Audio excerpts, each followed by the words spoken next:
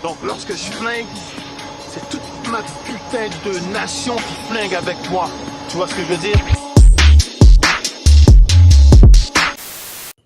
Welcome back, everyone. This is Puda with 3 rounds. We got Coach Terry, Jab University.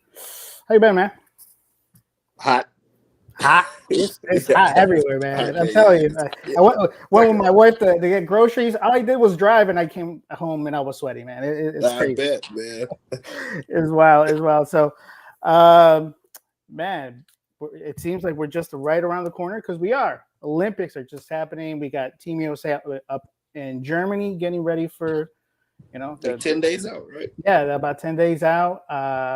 So yeah, looking forward to see how it all pans out. I saw the full rosters, of all the boxers. It's they're gonna have to work for it to get this. There's a lot of real good talent all over the place. But they've been preparing this, 2 years more probably. So we're gonna go ahead and we're gonna go to Austin, Texas today. We're gonna talk to a boxer who competed at the Olympic trials and has competed. Golden gloves and all that stuff. So let's bring her in and see what's happening. Got some wins over some names too. Yeah. So let's see. Hey, champ, how you doing? Hey, good. How are y'all? All right. Doing good. First of all, I appreciate you taking the time to talk to us here. Thanks for a little bit. And it's. I'm sure you're probably training at this time or something. So probably abrupt. So I do appreciate you taking a break, talk to us because 3 Rounds Live is just solely dedicated to amateur boxing and the amateur boxers that participate, like yourself. And we're try to get to know them and before they, get the big lights and all that stuff in the pros. So go ahead and introduce yourself, name, city and state, and the name of the gym that you train at. For sure. My name is Alex Plichta. I am from Austin, Texas. I live in Austin, Texas, and I train out of Austin Women's Boxing Club. Awesome. First question I ask everyone is, how do you get started? How do you get involved with boxing? Yeah, so I started boxing shortly before I turned 25. So I'm 31. I'm on the older side of the amateurs. And I started boxing because I was playing a lot of beer league softball. And I was a softball kid. I was the best. I played softball growing up, and then I moved to Austin. And when you're in your early 20s in Austin, Texas, you want to go have fun. And so I was playing a lot of beer league softball, which was so fun socially, but it was not great on the body. And so I decided I needed something more. Boxing was something I always wanted to try. And so I found that good old Google search. I found Austin Women's Boxing Club, and then I kind of just fell in love with it. I had ended up, I quit my job that I had, and Julia needed some help around the gym, and she was like, well, if you want to help out, you got to learn how to box more. And then I just ended up on the competition team one morning, and the rest is history. So done drinking, done smoking, done partying, all boxing. Okay. Awesome. So it started as some a health journey for you. Yeah. And I noticed you fought 2 women that won the Olympic trials. One at 132, you fought Lisa Greer. You fought the runner-up Nida, including having a win over her. Mm-hmm. But then you also fought the woman that won at 165 in Christine Forkins. You guys fought at 46. It's a lot of pounds you traveled down to 32. What was that journey like? Yeah. So, it's funny. Now that you say that, it's been quite a journey. Yeah. So, what I had done was I started about this was back when 141 was a weight class. Yeah. Was my first fight was 141. And that was in 2021. And I stuck around 141 for a bit, and then tried to come down to 132. That fall, I was just having a lot of issues with taking the weight cut way too seriously. It was taking a big toll on my mental health, and so I decided to go back up in weight to kind of give myself that break, and ended up at 146 at my first national tournament. I did that for a couple tournaments, and then decided to start coming back down because, the idea is, right, the bigger you are, the harder you hit. And my body could handle coming down, and I was ready to be more competitive and be the stronger person and not have to.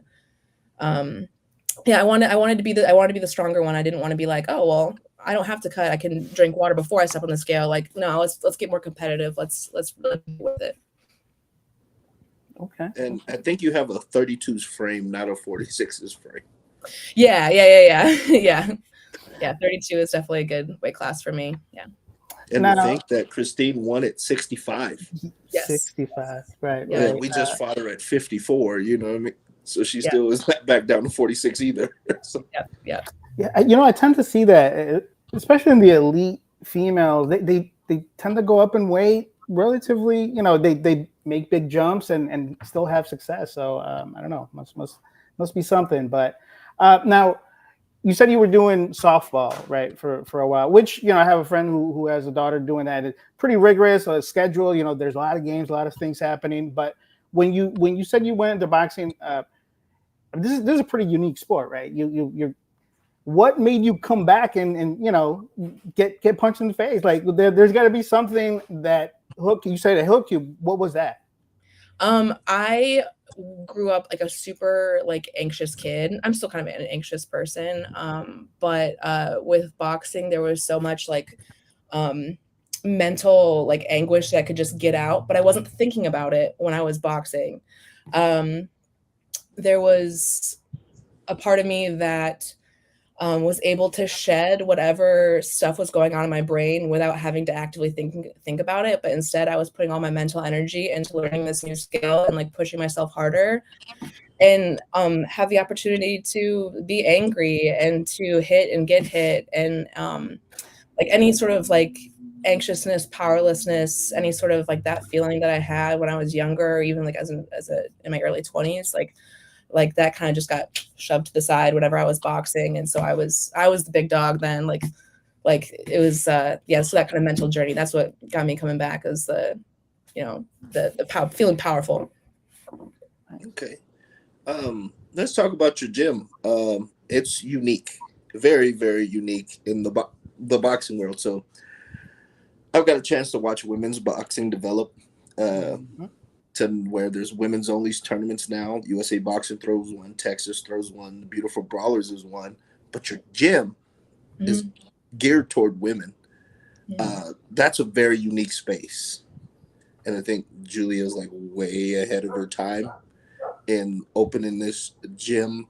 And what's it like training there, where there's no of these big bulky men, sweaty, over testosterone driven men in the gym? The trainers are women. The competitors are women. Like, what's it like being in that environment? It's wonderful. I don't know if I would still be boxing if I started. I don't know if I'd be competing or still boxing if I started in the traditional old school sort of gym. Like, my self-confidence was not necessarily out of space when I first started boxing, where I think that I would be able to handle that. So I would say that there's definitely that comfort level of being around your peers. I would say that like we're still sweaty, we're still meatheads, just like the guys. But yeah, it's an opportunity to really feel vulnerable in a sport and learning something new without having like the extra eyes of or criticisms of men, whereas it's typically historically their field.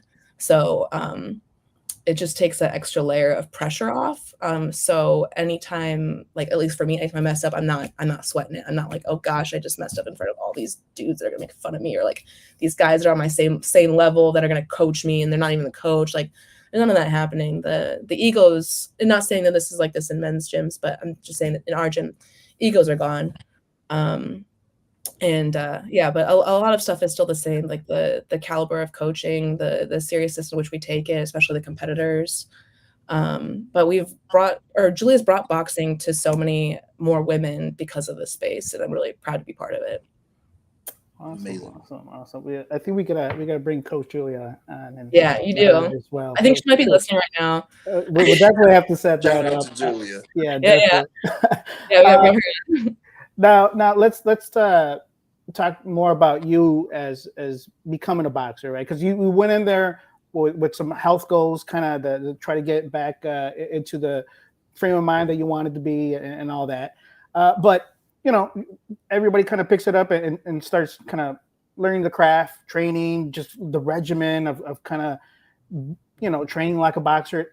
When did you decide, like, okay, you know what, I want to do this for real. I want to compete. So I know people that just train and just kind of want to learn that aspect of it, but never really compete. What made you take that leap and say, you know what, let's see if I can do this, in a fight? So I was originally joined the competition team to become an instructor to help coach Julia's classes that are for the non-competitors. Like most of the women that come through Us Women's Boxing Club's doors don't want to compete. And so I was initially brought into that to be a better coach. You had to have good skills to be a good coach.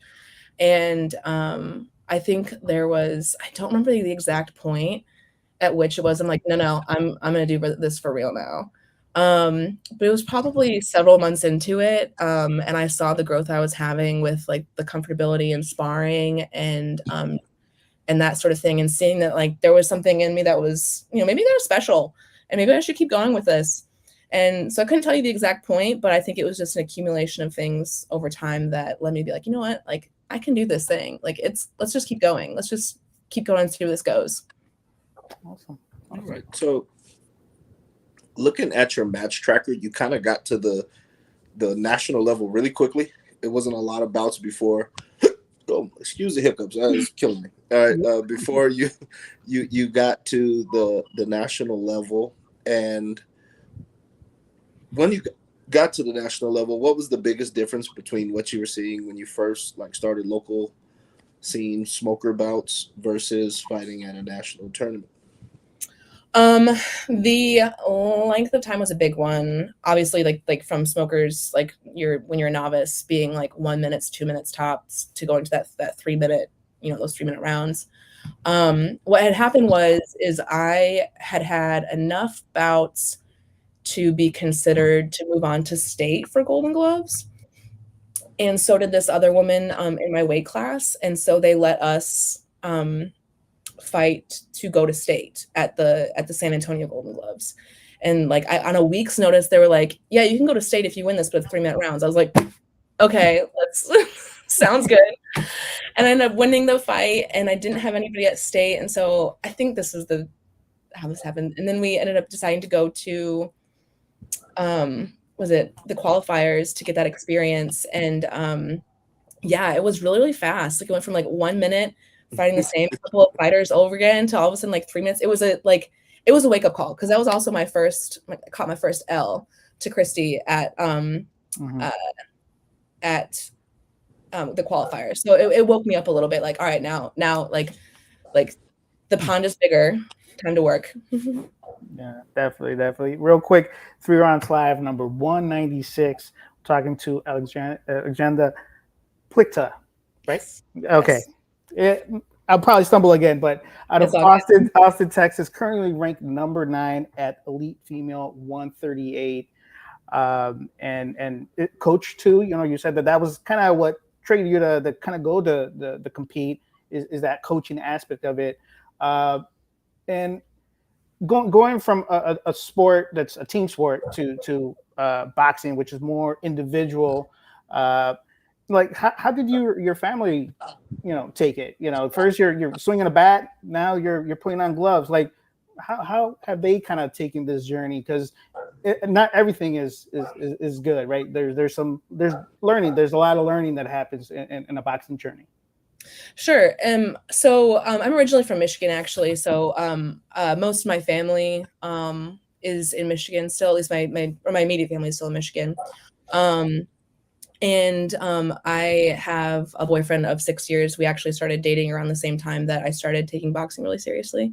So he's been with me through this the entire time, and obviously so is my family, and everyone has been so supportive. Like even when your parents, like, they don't want to see their little girls get hit. Like my mom, like when my mom was able to see me fight at that qualifier. She was like a little unnerved, but she was like, they're all so proud of me and they're so excited that I'm doing this. And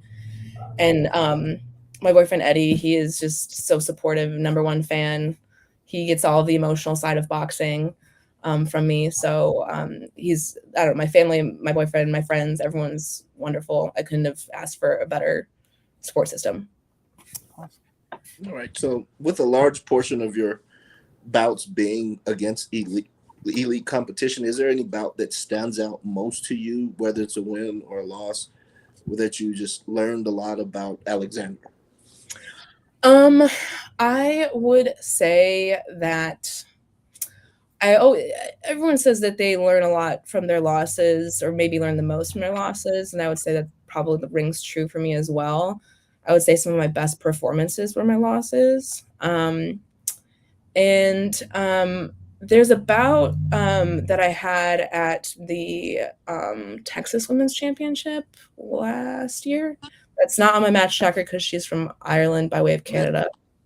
And she the day before I fought and I won, and I was so unhappy with that performance, and then to come back the next day against somebody who's like nationally ranked multiple times over in her home country, and I lost, sure, but like it was one of my best performances, like technique wise.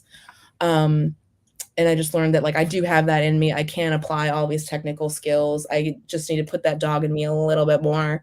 And I brought that to I feel like I brought that to other bouts too. So that's one that sticks out. Any big difference between her having, I guess, Irish Canadian, like a European boxing style, but versus what you domestically see normally? Versus what I domestically see, yeah, kind of. I mean, we kind of train in a little bit of that European style as well, a lot of like in and out, a lot of multi-phase action, and so that I actually found it really fun because it was a style that I felt familiar with and I liked and enjoyed doing, and that we had been working on. So it can be it was a fun change from sometimes like some of the pressure fighters you see. Especially, you live in Texas. Yeah. Yeah. Exactly. I'm not necessarily one of those. But so it was fun. It was fun. Everyone feels so different though, especially on the national level. Yeah. So, we were just mentioning the Olympics are happening in less than 2 weeks. Essentially a culmination of 2 years of Team USA and tournaments to qualify, trials, and all that stuff. You were a part of that. You competed at the Olympic trials, and usually the Olympic trials is when a lot of boxers kind of make a move. Essentially, you either stick around to see if you can make it happen for the next time around, or maybe pursue other, the pros or doing something else with the sport. Now, you started your journey, you said, with goals of like learning how to be a better coach, right? Or just getting the skill in that. How have your goals changed now that you competed, you've won at the national level, you can hang with, what are your goals now? What are you trying to get out of this sport? For me, it's like competing for me is personal growth. I don't see myself going pro. That's not a dream of mine. I'm actually kind of on a competition break right now. I had a funky injury, so I can't spar. So I'm taking like some time to still enjoy the sport, still practice, but just taking a little bit of time off of that like really heavy competition and training schedule. So for me, like I still want to compete. I still want to get back in the ring. But for me, it's personal growth. And I think what I can provide most for the sport isn't necessarily in the ring, it's outside of it through like coaching or just, being involved in different ways through the gym, through USA Boxing. So I think that's where I'm going to be the most impactful, is not necessarily inside, but outside of it. But when I'm in the ring, it's all me, personal growth. I just want to be a better person. I just want to work hard. Awesome. So what are the age ranges of the gym members at Austin Women's Boxing? Our youngest is 12, and the oldest, I think she is 70. She might be in her 70s. Yeah, like 60. Okay. We have. That's so cool. It's awesome. It's awesome. Yeah. And we have like some teen classes, and then we have the adults are in other classes. So yeah, big age range. Yeah. So when that 12-year-old walks into the gym, and boxing can be a little intimidating sometimes. Mhm. What is your message to someone like that? Oh, 12-year-old walking to the gym and is intimidated. That my message is always that it's okay to not know how to do something. There's always going to be something that you don't know how to do, and through consistency and effort, you're going to learn how to do that thing. And you know, you might come into the boxing gym and not know anything about boxing, but you might know a ton about crocheting or, you know, World War I history or this other thing that I don't know anything about. Um, so I think it's all about perspective and effort. Definitely, definitely. Now, there's a lot of, you know, boxing is a very emotional sport, right? In almost every aspect, training, competing, whatever it may be, and with your kind of journey, coaching other boxers, younger boxers, I assume.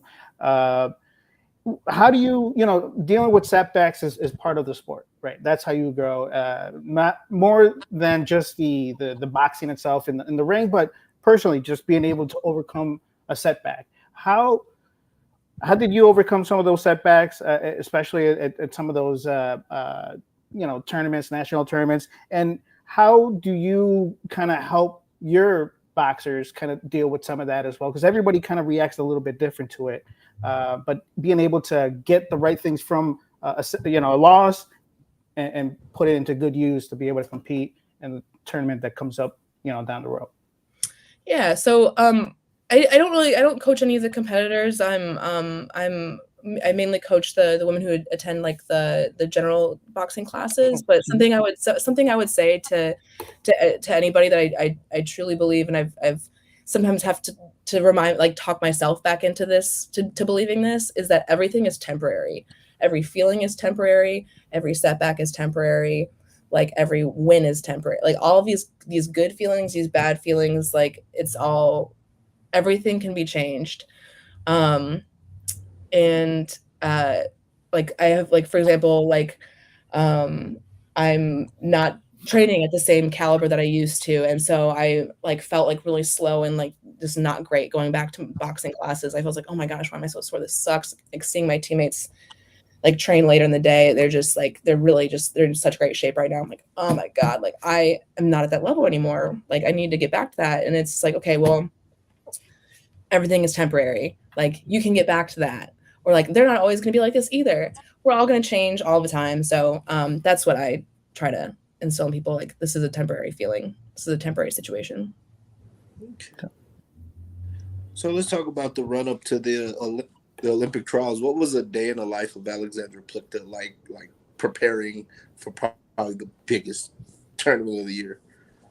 Ooh. Yeah. So my days can be kind of hectic because I work and train at the gym. So it's like wake up, meal prep, go do my conditioning or my strength, work for several hours, train for a couple hours, work for several more hours, come home, try and get some sleep, do it all again. And then you add in there, like, I was meeting with a dietitian, and I was meeting with a sports psychologist as well, doing a little extracurricular work on my mental game. And so, yeah, it was a lot of different things going on. So yeah, train, work.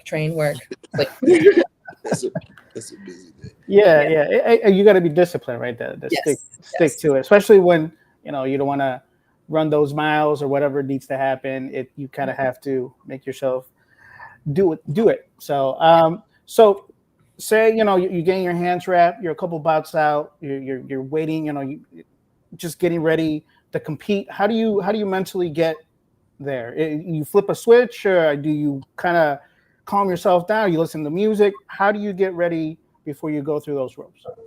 Oh, I'm definitely listening to music, and I don't know. I was getting like better at being calmer, closer to game time, and Coach Julia had us watch this like Mike Tyson clip a long time ago, and it was about how like his anxiety would kind of wane the closer he got to the ring, the closer he got to stepping in. And I feel similarly, like when I would get to the venue, I'm kind of a little like, ah, But then the closer as I'm walking up over toward like the staging area, getting slightly more calm. And then when I'm like about to walk up into the ropes, it's like, here I am. I got about 10 minutes. Let's do it. Like, we're already here. like, let's go. Yeah. All right. You mentioned you went to a sports psychologist. Was that prior to the qualifying for the Olympic trials, or is it something you've always done? And then how important is the mental aspect of this game for you?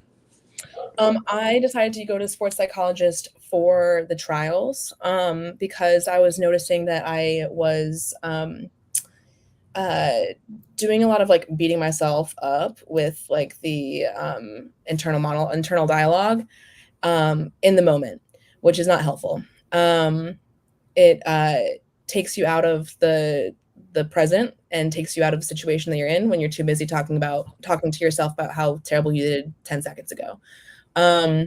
I think that was really pivotal in the way that I approached competition and also just like life in general. There were some really great things I took away from it. And this really great book that she recommended called Sports Slump Busting. So I'm going to plug that one.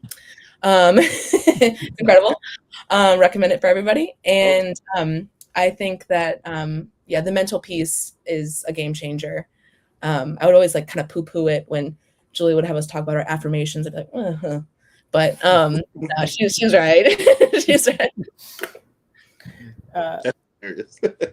And especially your gym, just kind of boxing has like a stigma to it, right? People just don't see a lot of negatives attached to boxing, be it it's not a high school program where it used to be, getting hit in the head, doing all that type of stuff. How do you, it seems like boxing has become a passion for you. You love doing it, you love teaching it and being around it.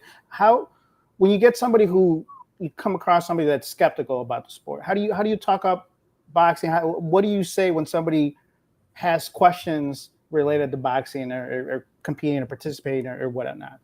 What would you say that?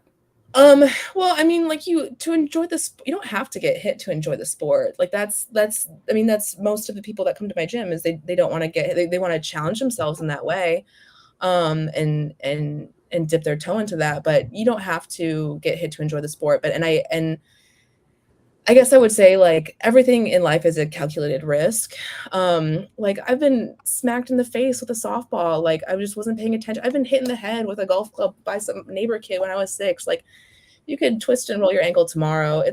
There's a risk everywhere, every day, every time. Like might as well do something you enjoy and approach it with like the most informed knowledge that you can, right? Like I wouldn't ever put anybody who's never sparred before in with somebody who's experienced and gonna go crazy on them. That's just not logical.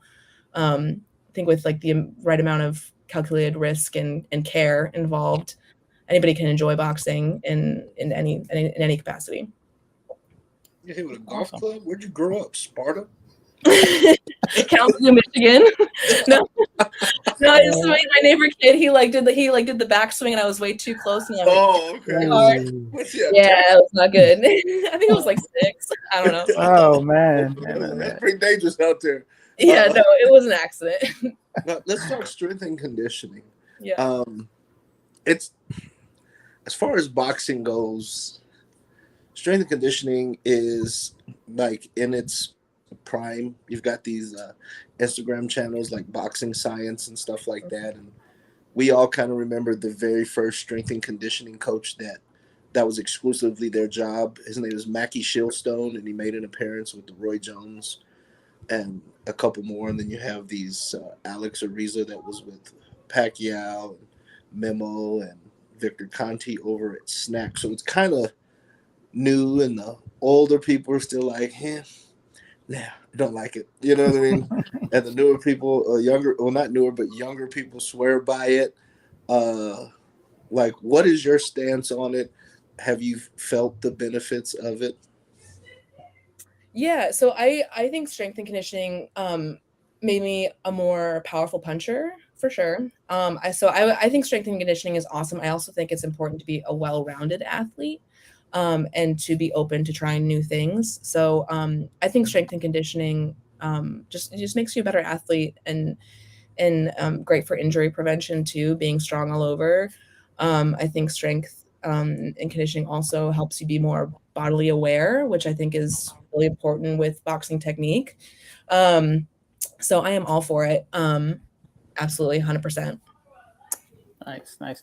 Now, I've seen you compete, Coach Sherry. I'm sure he's seen you compete. But to somebody that hasn't seen you compete, what kind of a boxing style, or what are you trying to do in the ring? Like, are you more come forward style? Like, how would you describe your boxing style to somebody that hasn't seen you compete? I would say I've kind of been in all different sorts of roles. My favorite role is being long. I like being the taller fighter. I like fighting going backwards is fun. I think that I'm pretty adaptable, and I think I can try a bunch of different things, but like I like being long. I like being far away. Like, yeah, being on the inside is not my favorite place, but yeah. Okay. Good thing you're not turning pro, because fighting going backwards, according to the last Top Rank card, is frowned upon. Oh, right. Everybody was Little going Texan, after. Shockey Foster, got jobbed on that card. Yeah. It was terrible. Lost his title where he won, I would say 10 out of 12, 11 out of 12 rounds, and lost. So don't go backwards if you decide to turn pro ever. It's so bad. Yeah. That's a shame. Yeah, it is. How do you feel about the boxing fan base? I've had made this comment that the fan base itself has sort of been dumbed down over the years, and then you've had this real big growth in MMA and other fighting styles where people are just looking not at the sweet science, but at pure brutality. And I'm not really saying MMA, because some of that can be finesseful too, but like they've got the bare knuckle stuff. Mm-hmm. They've got it's like karate in a barn with the hay bales around. Then they've got like the power slap competition. Oh, yeah. So I feel like the boxing public, or the people that would traditionally probably watch something like boxing, have got this instant gratification out of just a big slap across the face, rather than kind of enjoying the sweet science. And what do you feel about the boxing fan itself? I can see what you're saying. And to that end too, I think sometimes boxing as a sport sometimes gets dumbed down for the everyday participant as well. And I think that's a disservice to people in general. As people are smarter than that. Yeah, I mean, I see what you're saying. I guess I don't have a huge opinion on it, but yeah, I mean, like the bare knuckle and like slaps and MMA, it's definitely got that better 10-second TikTok clip than a round does of top tier boxing. Like it's I can see how it's like the public's attention has shifted, especially when our attention span is so small, Yeah. so it's just so short. And yeah. Definitely. Right, and now you have whole platforms dedicated to influencer or boxing that doesn't really require the grind and the kind of dedication to it. It's kind of like, unless you're Salt Poppy, that's my guy. Salt Poppy is my guy. It's a WWE version of boxing is kind of how we've been describing it, but and that's kind of a new phenomenon. I don't think we really know the impacts of mixing that with boxing and how it's going to influence amateur boxing and pro boxing in the future, but that's something that we'll kind of see moving forward. But what's a typical training day for you when you're getting ready for a tournament? How does that differ when you're just staying in shape or whatever, or training maybe for a local bout? How often do you spar? Do you have to travel for sparring? Like, how do you get ready for competition? Yeah, sure. I would say at this point I don't get local fights anymore. Yeah. Always got to travel. even for our last like club shows in Oklahoma. So I would say, I mean, like Julia's really awesome. Coach Julia's really awesome with the periodization and scheduling out how our training is going to differ based on how far away the next event is, and tapering us off. So there's a section of time in which we're doing like 4-minute rounds, and we're doing this for like 2 hours. And then as we get closer to competition, it's much more specific training, and we might have more sparring and things like that. We have to travel to San Antonio quite a bit for sparring. Yeah, I would say that's where we probably go the most whenever we spar, or they come up to us. But yeah, San Antonio. I would say we spar probably about once a week. Like we'll do one really like strenuous sparring day per week, from what I remember. Coach Julie is great at making sure that we have breaks too, with like all the head contact as well. So. Okay. Go ahead, Coach. So, could you describe like the Texas boxing thing? I moved up here from Texas. I was in El Paso, and like Texas is humongous. Ooh. There's so many people that box out in Texas. I think out of the 5 most registered regions at these tournaments, 3 or 4 of them are from Texas. Like, what's the Texas boxing scene like for you? The Texas boxing scene is like so warm, I think, like, and welcoming, and it does kind of feel like there's the family aspect to it, because I mean there are so many people, and all these club shows have like such a like a wonderful like family atmosphere. Like the clubs are just electric. It's so fun, but at the same time it's a little frustrating being a state with 29 million people and still can't find an elite female 132 for like so no, it's that's one of the biggest things that we definitely do. You got to travel everywhere, and there's still a limit amount. You go to the national tournaments in December, the brackets are still 6 boxers or something. It's one of those things. Kirky. Alexa Garobo. So yeah. she's her weight. I don't know how far it is of a drive, but so when we have boxers on here, everybody's we had boxers at Bantam division. We're talking 12 years old, some older. Like it's just so many roads that lead to this sport. That somebody always gets something from it. When you train in a sport as rigorous as boxing, you're going to get something from it. Discipline, other things, aspects that you may not see in the ring itself, but it's one of those attributes that you just kind of grow as a person. So when you went to the boxing journey you're in now, what has the sport taught you about yourself, and the things that you have gained and maybe feel that you couldn't accomplish before, maybe seem a little bit more like, what have you learned from the sport about yourself? I would say the biggest thing that's grown for me is confidence, and self-efficacy. Like if I can do this, and I can do anything, like if I can go from like the part of life I was in before and completely change it, and kind of, and just through like hard work, open-mindedness, then I can do anything. So confidence and self-efficacy. Yeah. Important. Yep. Is there anything about training in boxing that you don't like? Oh, it's the weight cutting. It's always the weight cutting. Like this last, I think that's what burns me out. That if I ever get burnt out, it's from weight cutting. There's a certain point where 132 is not quite in my reach anymore. And like when I go back to competition, I still want to be at 132, but I know it's going to be kind of a struggle to get down there and to stay down there. Yeah. Just so muscular. Weight cutting does give everybody the blues.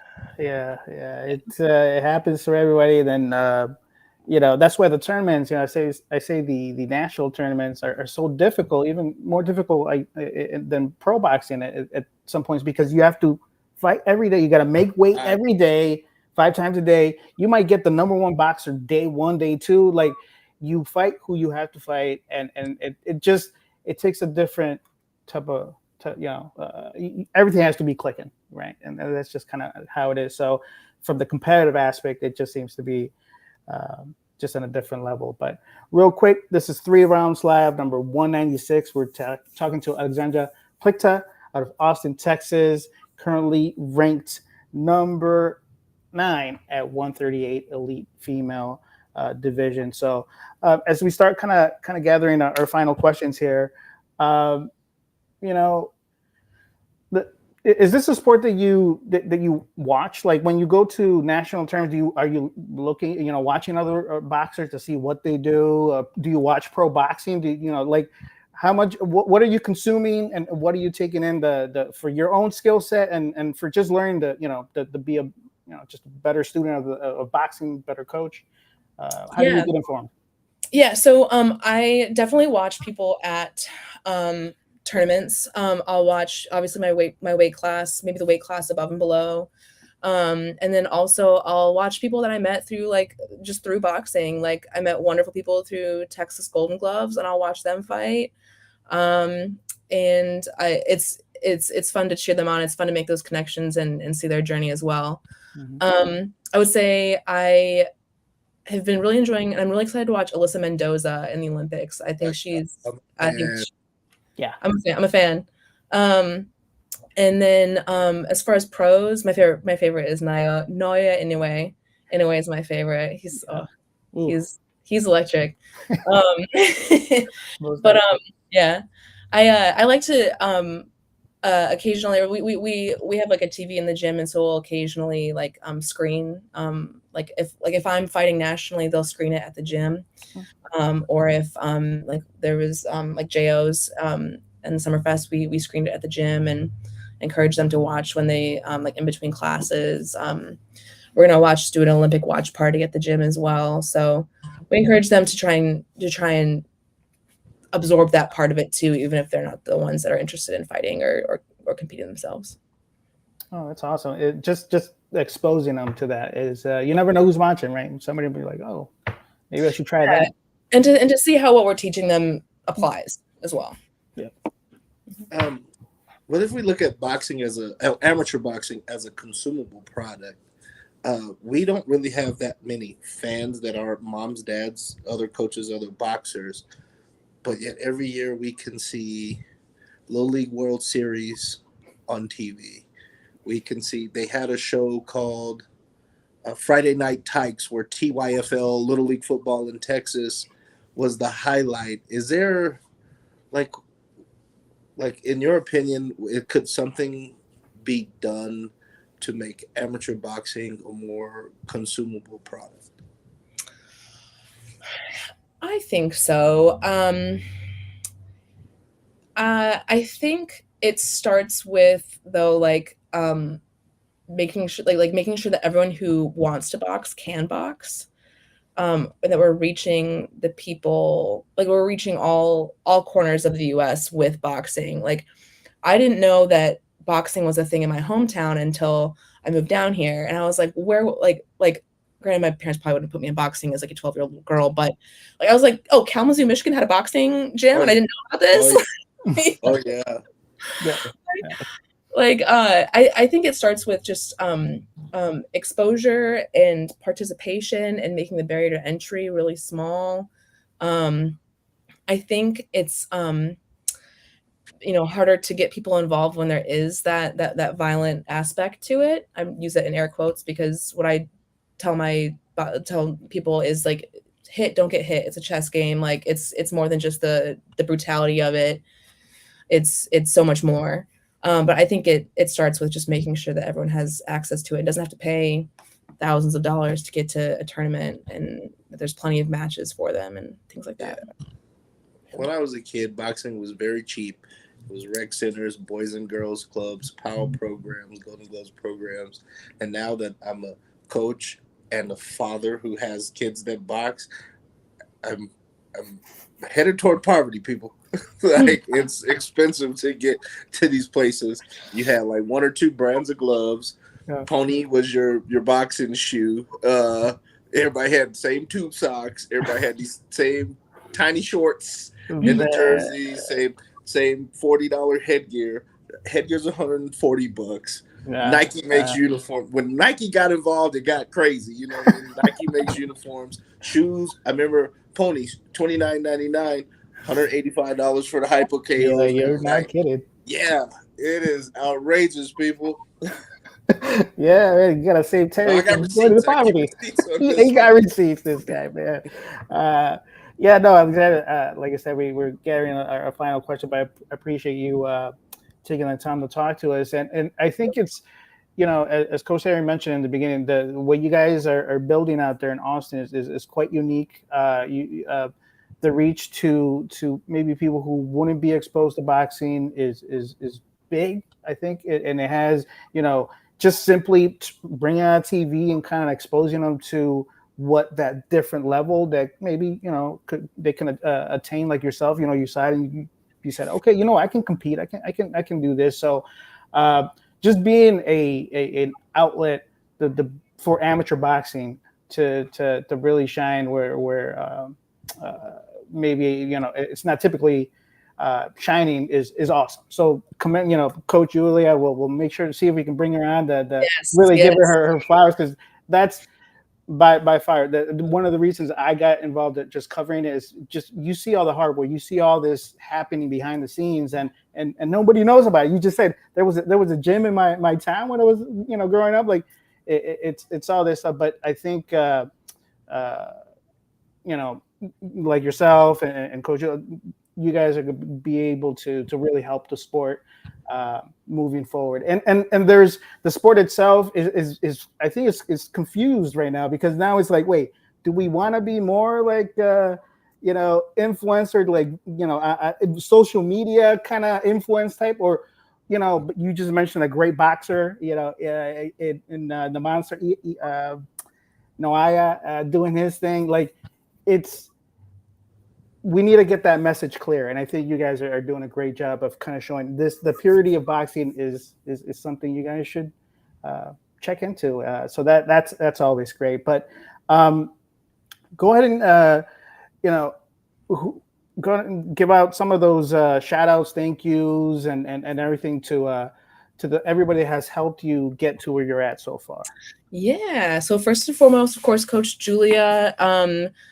Oh man, I don't know where I'd be without Coach Julia, like where my life would be without her. So first and foremost, thank you to Coach Julia for taking a chance on me and putting so much effort into me and creating such a wonderful space in Austin Women's Boxing Club. And of course, my boyfriend Eddie, he has to see me the other, 12 hours of the day, and he sees a lot of like my highest highs, my lowest lows, and he's a wonderful partner. And to my teammates and Coach Stacy for pushing me and being there for me, for my family back home in Michigan, and I have some family in Texas, and to all the people at the gym. So wouldn't be here without all of these influences. So thank you. Awesome. Coach, I know you got that final question. What you got? It's my favorite question. You are now Alexandra Plichta, and you have a magic wand. And I don't know none of the Potter spells, but with the flick of the wrist, you can improve this sport of ours from any aspect, from the consumer or fan aspect, the athlete aspect, coach aspect, whatever. What is one thing that you would fix? 3 times as many women in each weight class, each division. Yeah. I don't want to go pro immediately. Yeah. And it seemed like it was, because we've seen it from start to finish, so we've seen it go like nothing, maybe 1 or 2 girls, nothing. Then it got huge, and then it kind of fell down a little bit, and it's kind of one of those downward sections right now. But yeah, that is, especially because I train a lot of girls, Ariana Carrasco, Joss, and all those girls that, like, I don't want to fight 1 day a week. I'm here for a whole week. I want to fight every day. Yep. Yeah. It's always tough to, you have to wait till Wednesday or whatever to really see some girls competing. And but you got USA Boxing. Even though I am critical of USA Boxing a lot, I do got to give them their props. They have a women's championship tournament now that is a national that's coming Shout up. out to Mike Campbell because that was his idea. Yeah, and that's always that's a great idea because women can box, especially in the amateur level. There's some really because and more stereotypically, you think male boxer would be more aggressive or run, just kind of being throwing a lot of punches. As a female, you have to be more finesse with it. Yeah, you have to learn the craft and put it out on display, and that makes for great technical boxers. But they got the power. There's some female boxers got the power. Morel McKay, there's out there. But when you see, especially at the amateur level, at the high national, you always recognize one thing: is that good, clean boxing. That's what you'll see on the elite female side. Not that it doesn't happen on the male side, but that's one of those things that definitely stands out. Marty McNeely girl has power too. Baby Buck. Yes. That girl has power. Yes. And she's what, junior? Yeah, I think she just became a junior. Just a junior. See, so the talent pool is there, and if we could, this wish that you had mentioned, or Alexandra had mentioned, of having just more females, I think the sport will be better for it. Most definitely. So, how can people follow you, the gym? How can they keep up with what you're doing in your boxing journey? Yeah, so I am on Instagram, Alex_Plichta. The gym can be found at Austin Women's Boxing Club. And then I also run a nonprofit founded by me and Coach Julia called Headstrong Girls Boxing, HSGB Austin. So we got a bunch of them. Okay. Well, you know what? Talk about that. Yeah, I was gonna say, go and plug that. Let us know what that's all about. Yeah. So it's a nonprofit arm. It's operated. So there's Austin Women's Boxing Club, right, founded by Coach Julia, and then several years ago, Julia and I co-founded Headstrong Girls Boxing. It's provide free access to girls ages 12 to 17 to get them in the gym. And she's texting me in the corner right now. She's like, "Thanks for shouting us out." So free access to girls so they can learn how to box and take it as far as they want to take it. So Headstrong Girls Boxing is the name of the nonprofit. And yeah. Are there plans to scale this Headstrong Girls Boxing? I think this is amazing. Oh, thank you. Not currently, because me and Julia are running it with me and Julia and our board. We have a couple other board members are running it with just the little bit amount of spare time that we have. Yeah. Okay.